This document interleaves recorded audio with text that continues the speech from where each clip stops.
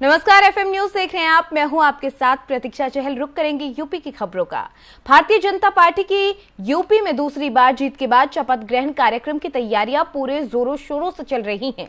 25 मार्च 2022 को शाम 4 बजे Atal Bihari Vajpayee international cricket stadium में योगी सरकार 2.0 का शपथ ग्रहण कार्यक्रम आयोजित किया जाना है। कार्यक्रम में 12 राज्यों के मुख्यमंत्री और 5 उप मुख्यमंत्री शामिल होंगे। प्रधानमंत्री मोदी, गृह मंत्री अमित शाह, रक्षा मंत्री राजनाथ सिंह, बीजेपी अध्यक्ष जेपी नड्डा और कई बीजेपी राज्यों के मुख्यमंत्री, योग गुरु बाबा रामदेव, सभी प्रमुख मठों और मंदिरों के महंत मौजूद रहेंगे। कार्यक्रम में नामचीन उद्योगपतियों को भी आमंत्रित किया गया है। गुजरात, हरियाणा, मध्य प्रदेश, कर्नाटक, असम, अरुणाचल प्रदेश, त्रिपुरा, हिमाचल प्रदेश, उत्तराखंड, कर्नाटक, मणिपुर और गोवा के मुख्यमंत्री भी शामिल होंगे। इन सभी को निमंत्रण भेज दिया गया है।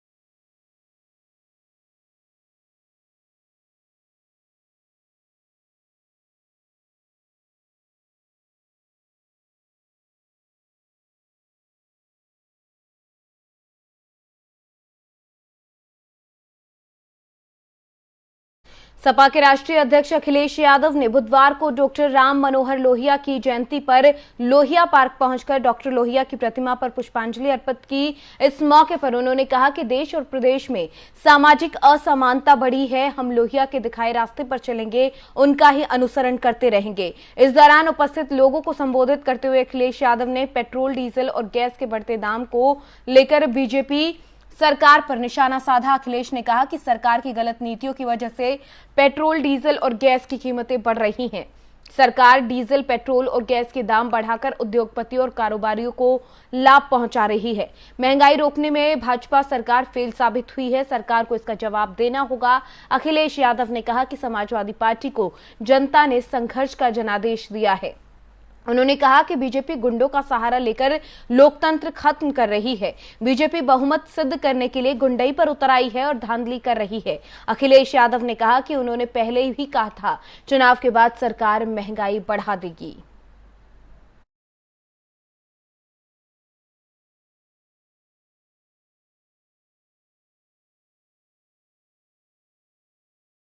तो आपको बता दें कि अखिलेश यादव बीजेपी पर निशाना साधते नजर आए और उनकी तरफ से कहा गया कि मैंने पहले ही कहा था कि बीजेपी जो है चुनाव के बाद महंगाई को बढ़ा देगी और महंगाई रोकने में ये सरकार विफल साबित हो रही है।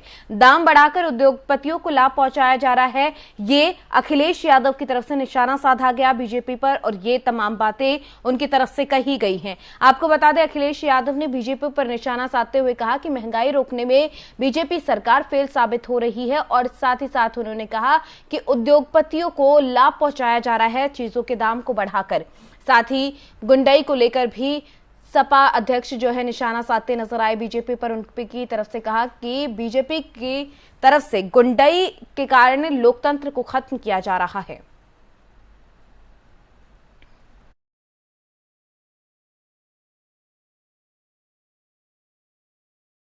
वहीं बसपा प्रमुख मायावती ने सैफई परिवार पर जमकर हमला बोला। उन्होंने कहा कि अखिलेश यादव को अंबेडकरवादी कभी माफ नहीं करेंगे। उन्होंने कहा कि सपा संरक्षक मुलायम सिंह बीजेपी से खुलकर मिले हैं।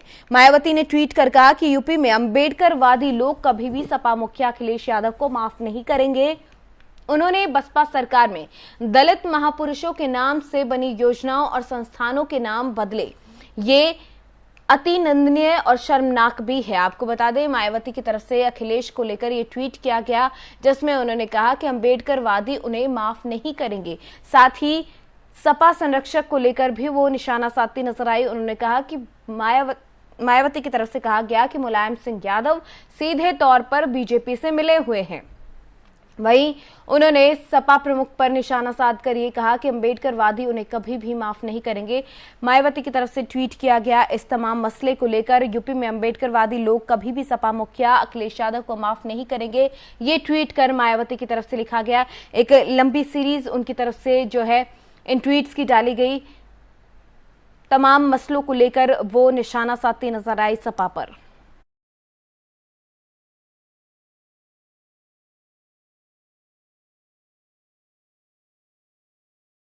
यूपी बोर्ड कल से कक्षा 10वीं और 12वीं की परीक्षाएं आयोजित करने जा रहा है।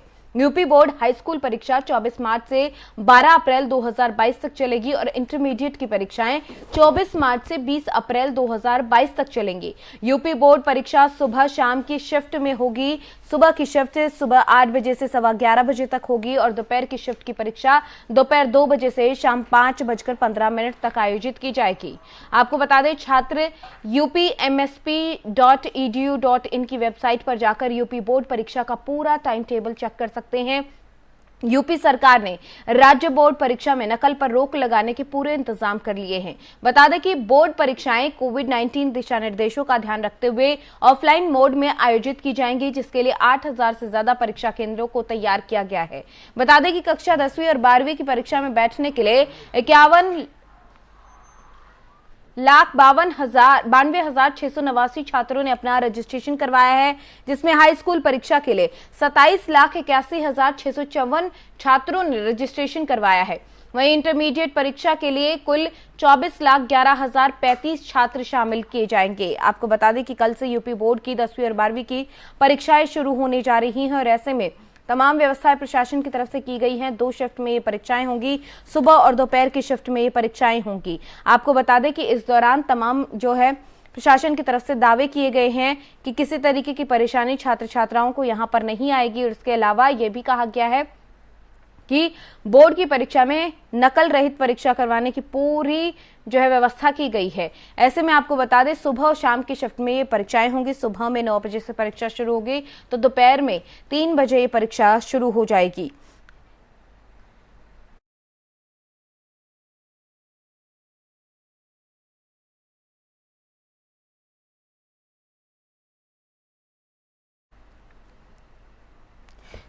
और साथ ही आपको बता दें कि डेट शीट जारी कर दी गई है। डेट शीट के मुताबिक 12वीं की परीक्षा 24 मार्च से 12 अप्रैल तक, जबकि 10वीं की परीक्षा 24 मार्च से 11 अप्रैल तक होनी है। आपको बता दें कि यूपी के लाखों छात्रों के इंतजार को आखिरकार खत्म कर दिया गया और माध्यमिक शिक्षा परिषद की तरफ से यानी कि यूपी एमएसपी की तरफ से 12वीं और 10वीं की बोर्ड परीक्षाओं की डेट शीट जारी कर दी गई। इस डेट शीट को बोर्ड ने अपने ऑफिशियल वेबसाइट upmsp.edu.in पर अपलोड कर दिया। जारी डेट शीट के मुताबिक यूपी बोर्ड के इंटरमीडिएट यानी कि 12वीं क्लास की परीक्षाएं 24 मार्च से 12 अप्रैल तक रहेंगी। तो वहीं यूपी एमएसपी बोर्ड के चेयरमैन और डायरेक्टर के मुताबिक यूपी बोर्ड की इंटरमीडिएट परीक्षा 15 कार्य दिवस में पूरी की जाएगी। छात्र डेट शीट का पूरा शेड्यूल यूपी एमएसपी की आधिकारिक वेबसाइट upmsp.edu.in पर डाउनलोड कर सकते हैं। आपको बता दें, उत्तर प्रदेश माध्यमिक शिक्षा परिषद के जरिए जारी आंकड़ों के मुताबिक इस साल यूपी बोर्ड की 12वीं की परीक्षा में भाग लेने के लिए 24,11,035 छात्रों ने रजिस्ट्रेशन करवाया है, जिसमें लड़कों की संख्या 13,24,200 और 10,86,835 लड़कियां परीक्षा में भाग लेने के लिए अपना रजिस्ट्रेशन करवा चुकी हैं। पूरे प्रदेश में 12वीं की बोर्ड परीक्षा में भाग लेने वाले छात्र छात्राओं के लिए 8,873 परीक्षा केंद्र बनाए गए हैं। आपको बता दें कि 12वीं की परीक्षा 24, 25, 26, 28, 29, 30, 31, 4 अप्रैल, 6 अप्रैल, 7 अप्रैल, 9 अप्रैल, 11 अप्रैल और 12 अप्रैल को आयोजित की जाएगी। तो वहीं 10वीं की परीक्षा को लेकर आपको बता दें, हर बार की तरह यूपी बोर्ड ने इस महीने की शुरुआत में हाई स्कूल यानी कि कक्षा 10वीं की बोर्ड परीक्षा के लिए डेट शीट जारी कर दी है, जिसके मुताबिक यूपी बोर्ड कक्षा 10वीं की परीक्षाएं 24 मार्च 2022 से शुरू होकर 11 अप्रैल तक चलेंगी। इस साल कक्षा 10वीं के रजिस्टर्ड छात्र परीक्षा की date sheet UP MSP official website upmsp.edu.in पर जाकर देख सकते हैं। और आंकड़ों की अगर बात की जाए तो इस साल यूपी बोर्ड की कक्षा 10वीं और 12वीं में 51,92,689 छात्र छात्राओं ने रजिस्ट्रेशन करवाया है। कुल छात्रों में से 27,81,654 ऐसे छात्र हैं जो कक्षा 10वीं की बोर्ड की परीक्षा में भाग लेने के लिए रजिस्ट्रेशन करवा चुके हैं, जिनमें से लड़कों की संख्या 15,53,198 है और जबकि 12,28,456 लड़कियों ने बोर्ड परीक्षा में भाग लेने के लिए अपना रजिस्ट्रेशन करवाया है।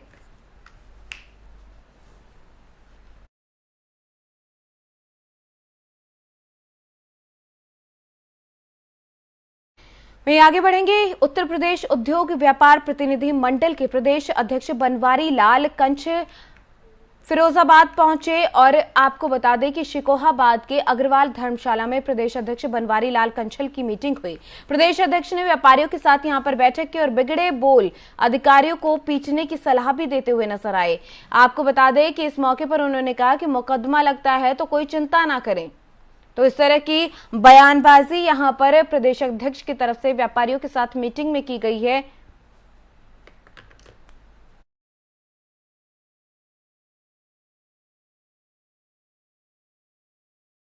व्यापार के प्रदेश अध्यक्ष फिरोजाबाद पहुंचे थे, जहां पर व्यापारियों के साथ बैठक के दौरान उनके बिगड़े बोल नजर आए हैं, जहां पर वो व्यापारियों को पीटने की सलाह देते नजर आए और कहा कि मुकदमा लगता है तो कोई चिंता ना करें।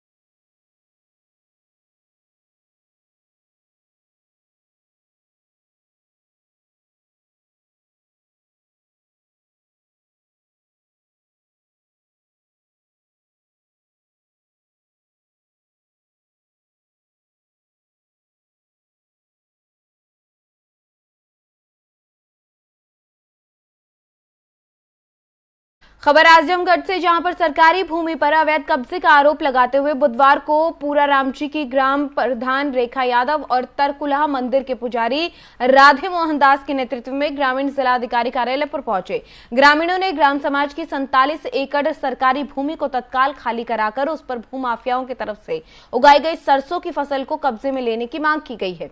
ग्रामीणों की जानकारी के मुताबिक ग्रामीणों ने कहा कि एसडीएम ने मामले में विधिक कार्रवाई करने के आश्वासन दे दिया है, लेकिन उसके बाद भी भूमाफिया ने सरकारी भूमि से सरसों की फसल को काट लिया। इस संबंध में रविवार को ग्राम प्रधान के अगुवाई में सैकड़ों की संख्या में ग्रामीण हाथों में तख्तियां लिए मौके पर पहुंचे और विरोध प्रदर्शन करते हुए नारेबाजी करना शुरू कर दिया गया। मामले में एसडीएम को अवगत भी कराया गया था, लेकिन कोई कार्रवाई नहीं होने पर ग्रामीणों ने मंगलवार को जिलाधिकारी कार्यालय पर पहुंचकर न्याय की गुहार लगाई है।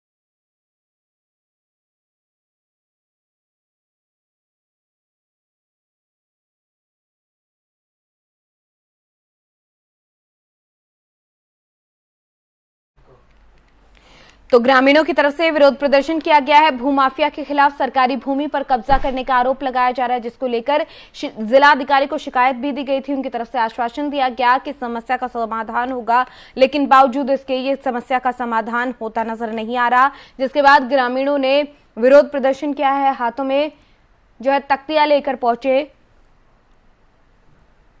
नारेबाजी करते हुए ये ग्रामीण नजर आए हैं। तस्वीरों में आप देख सकते हैं आजमगढ़ का ये पूरा मामला है, जहां पर ग्रामीणों ने विरोध प्रदर्शन किया। उनकी तरफ से ये कहा गया कि जो जिलाधिकारी हैं उससे न्याय की गुहार लगा दी गई है, लेकिन बावजूद उसके आश्वासन के कोरे वादे हमें किए गए हैं, आश्वासन कोरा दिया गया है, लेकिन अभी तक कोई भी कार्रवाई भूमाफियाओं पर नहीं हुई है, जिसके बावजूद शिकायत के बावजूद भी भूमाफिया की तरफ से सरसों की फसल को काट लिया गया और इसके बाद ग्रामीणों में काफी रोष था। ग्रामीण वहां पर पहुंचे, शिकायत लेकर जिलाधिकारी से न्याय की गुहार लगाई है।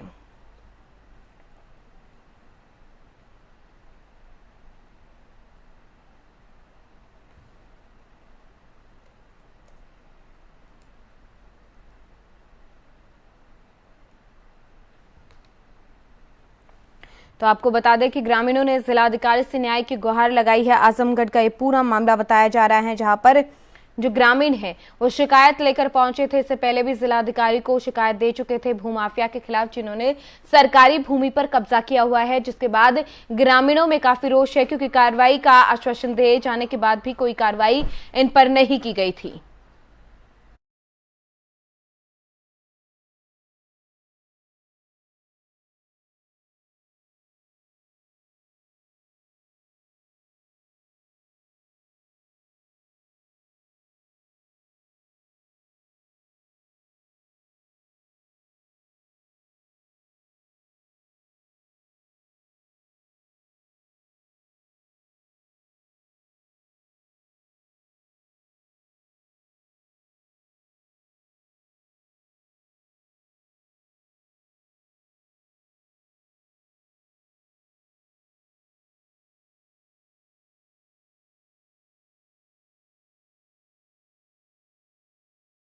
खबर लखनऊ से, जहां थाना ठाकुरगंज के घंटाघर पर हुए रंग दे बसंती कार्यक्रम का आयोजन किया गया। बता दें कि रंग दे बसंती कार्यक्रम का आज दूसरा दिन रहा। वहीं रंग दे बसंती कार्यक्रम में आजादी के तराने बैंड प्रतियोगिता कार्यक्रम का आयोजन हुआ। बता दें कि बैंड प्रतियोगिता में इस तरीके से बैंड पार्टियों ने हिस्सा लिया कि लोग देखते रह गए और आजादी के तरानों पर सभी ने अपनी धुन पेश की। वहीं कार्यक्रम में ब्लाइंड बच्चों ने भी पार्टिसिपेट किया। दिव्यांग बच्चों ने ढोलक और पियानो पर देशभक्ति के गीत गाकर अपनी कला का प्रदर्शन किया।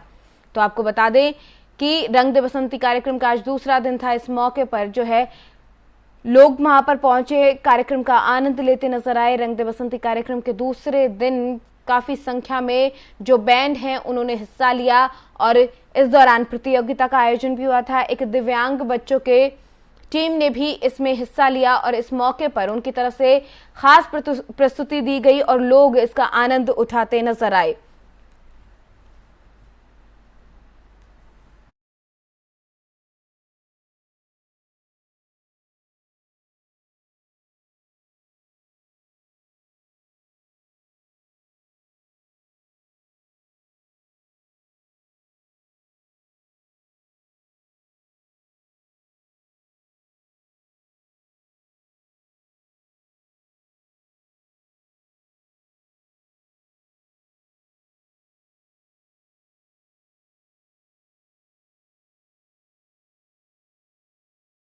वहीं राजधानी लखनऊ के पुराने शहर के बीचों बीच स्थित छाछी कुआं में बहुत पुराना कब्रिस्तान है, जिसका नाम कश्मीरी कब्रिस्तान है, जो कि काफी बड़े वर्ग में फैला हुआ है। कश्मीरी कब्रिस्तान काफी समय से बगैर बाउंड्री के पड़ा था, जिससे आवारा पशुओं ने यहां पर डेरा जमा रखा था, जो कि कब्रिस्तान में काफी गंदगी फैलाते थे। और इसी को देखते हुए स्थानीय और समाज के बुद्धिजीवियों ने एक राय होकर शिया धर्मगुरु मौलाना सैयद कुलबे से मिलकर जवाद नकवी से इसका शिलान्यास कराकर इसका निर्माण कार्य शुरू कर दिया। वहीं मौलाना ने बताया कि जल्द ही यहां पर इमाम बारगाह का भी निर्माण किया जाएगा।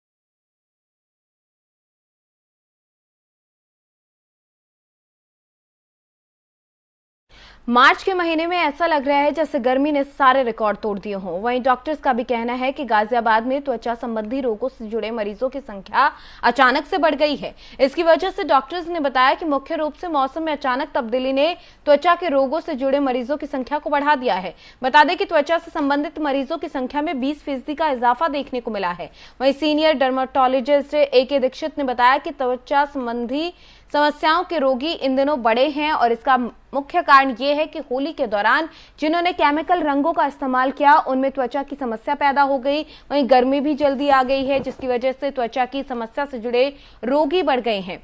उन्होंने बताया कि तकरीबन 20% मरीजों में इजाफा देखने को मिला है। रोजाना करीब 450 मरीज त्वचा और गर्मी से संबंधित बीमारियों को लेकर पहुंच रहे हैं। दीक्षित हूँ। मैं यहाँ पे सीनियर कंसल्टेंट हूँ और डर्मेटोलॉजिस्ट भी हूँ MMG हॉस्पिटल गाजियाबाद में। सर, स्किन के रोगी बढ़ रहे हैं, तापमान बढ़ा है, क्या कारण मान रहे हैं जो इतनी बड़ी संख्या में एकदम से रोगी बढ़ रहा है? जी, स्किन के रोगी बढ़ने के इस समय तो दो मेन कारण हैं। एक तो होली के बाद जो पेशेंट अचानक बढ़ जाते हैं, जो केमिकल्स के रंग वगैरह इस्तेमाल करते हैं उनकी वजह से, और इस बार गर्मी थोड़ी सी पहले से शुरू हो गई है, करीब 15 दिन 20 दिन पहले से गर्मी शुरू हो गई है, जिसकी वजह से जो गर्मी में होने वाले पेशेंट, गर्मी में होने वाली बीमारियां हैं, उनके रोगी अचानक बढ़ गए हैं। कितने % बढ़ गए? ये कम से कम। वहीं फिरोजाबाद की अगर बात करें तो वहां पर मानवता को शर्मसार करने वाला वीडियो सामने आया है। वीडियो में एक ढाबा मालिक ने अपने ही नौकर को बेरहमी से लाठी डंडे और तसले से नौकर की पिटाई कर दी। और आपको बता दें कि ये वायरल वीडियो थाना सिरसागंज के NH2 के पास ढाबे का बताया जा रहा है। बता दें कि मालिक ने नौकर को इतना मारा कि नौकर की हालत गंभीर हो गई, वो गिर पड़ा। वहीं इस वाक्य को किसी राहगीर ने अपने मोबाइल में वीडियो बनाकर शूट कर लिया, सोशल मीडिया पर इसे वायरल कर दिया। वहीं पिटाई के पीछे का कारण बर्तन ना साफ करने को बताया जा रहा है। आप तस्वीरों में देख सकते हैं कि किस तरीके से बेरहमी से जो है पीटते हुए नजर ढाबा मालिक आ रहा है। और कारण इतना सा कि बर्तन साफ ना करने को लेकर बेरहमी से इस मजदूर को यहां पर पीटा गया, इस नौकर को यहां पर पीटा गया है।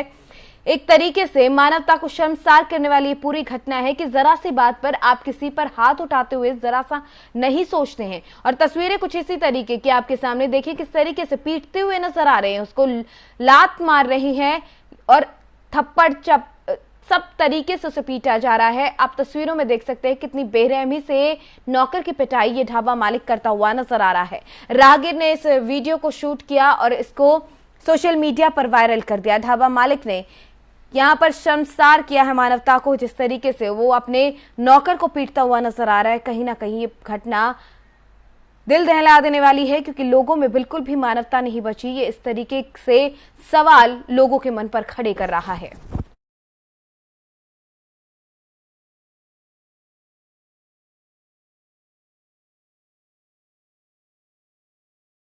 खबर आगरा से, जहां पर खंडारी कैंपस में यूनिवर्सिटी मॉडल स्कूल के छात्र की संदिग्ध हालत में स्कूल की बिल्डिंग में गिरकर मौत हो गई। छात्र के गिरने की सूचना पुलिस को दी गई। पुलिस मौके पर पहुंची और शव को पोस्टमार्टम के लिए भेज दिया गया। वहीं छात्र के परिजनों ने छात्र की हत्या का गंभीर आरोप स्कूल प्रबंधन पर लगाया है। बता दें कि छात्र का नाम ऋषभ बताया गया है, जो कि 12वीं कक्षा का छात्र था, जो कि समाज कल्याण विभाग की आवासीय बिल्डिंग से गिर गया। वहीं छात्र के परिजनों ने छात्र की सर कुचलकर हत्या का गंभीर आरोप स्कूल प्रबंधन पर लगाया है।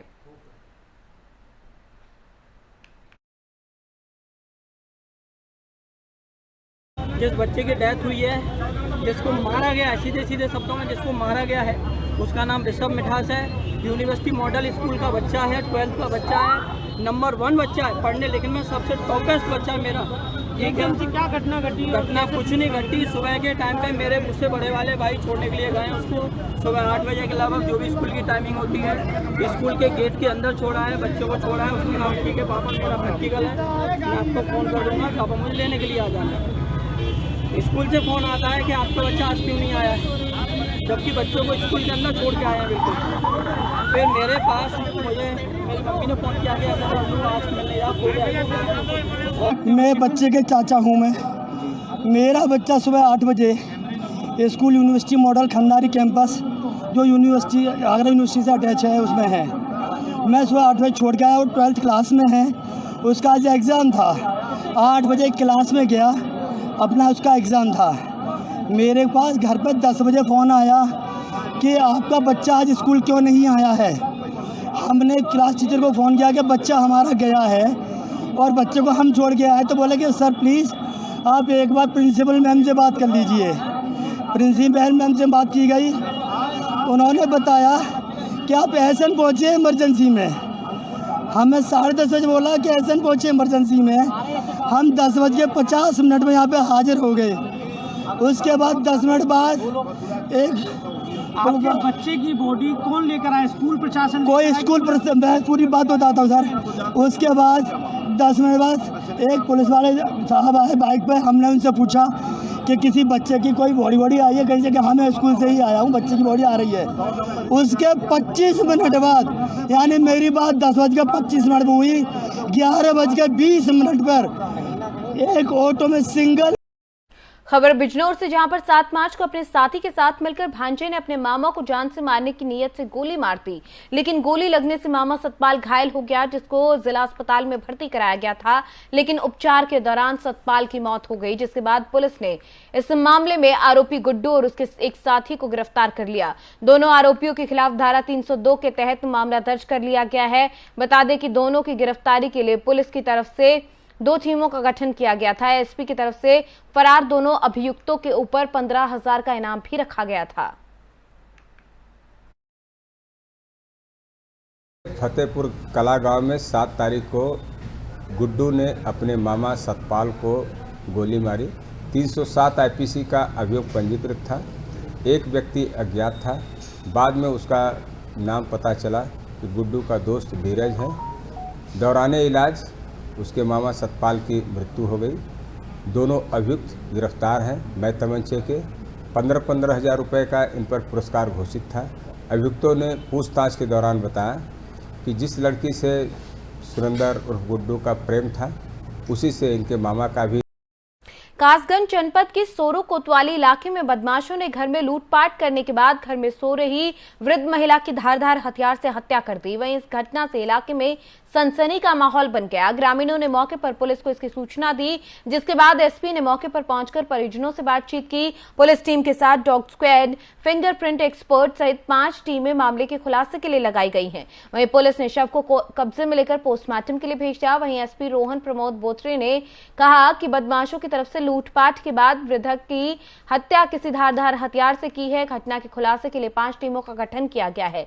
जल्द ही घटना को लेकर खुलासा कर दिया जाएगा।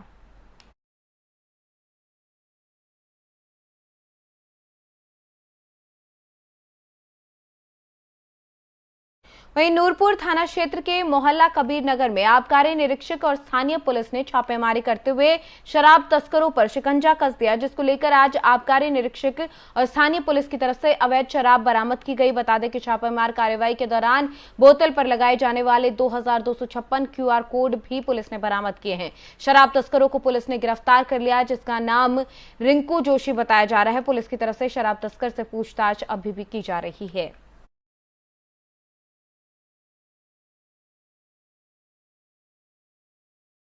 चलिए, यूपी की खबरों में फिलहाल मेरे साथ इतना ही। आप देखते रहिए FM न्यूज। नमस्कार।